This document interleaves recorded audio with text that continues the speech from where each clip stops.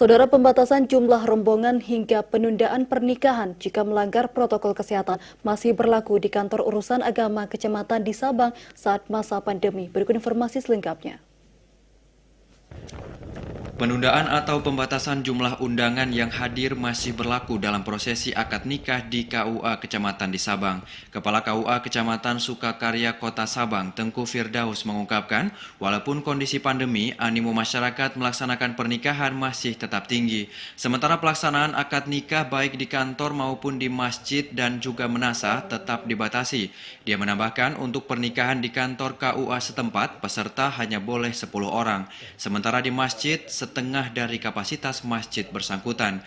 Di samping itu, jika peserta tidak mematuhi prokes, bisa saja terjadi penundaan hingga aturan prokes dapat dipenuhi.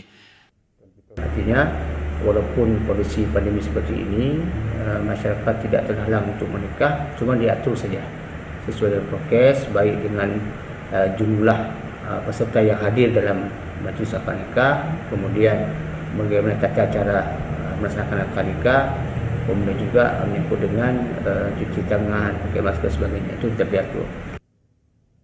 Dia menambahkan bahkan angka pelaksanaan pernikahan di kecamatan itu bertambah. Dari Januari hingga Mei, rata-rata ada 12 pasang. Sementara di akhir Juni ini mencapai 20 pasang. Ada penambahan sekitar 20% pada akhir bulan ini.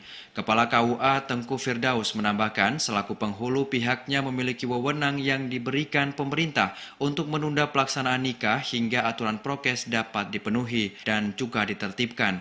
Kejadian ini sudah 3 kali dialami di sejumlah menasah saat akad nikah berlangsung di Kecamatan Sukakarya. Dia melanjutkan tidak ada pembatasan jumlah pernikahan, namun aturan prokes di masa pandemi hendaknya dapat dipatuhi masyarakat. Dari Sabang, Mahfud TVRI Aceh melaporkan.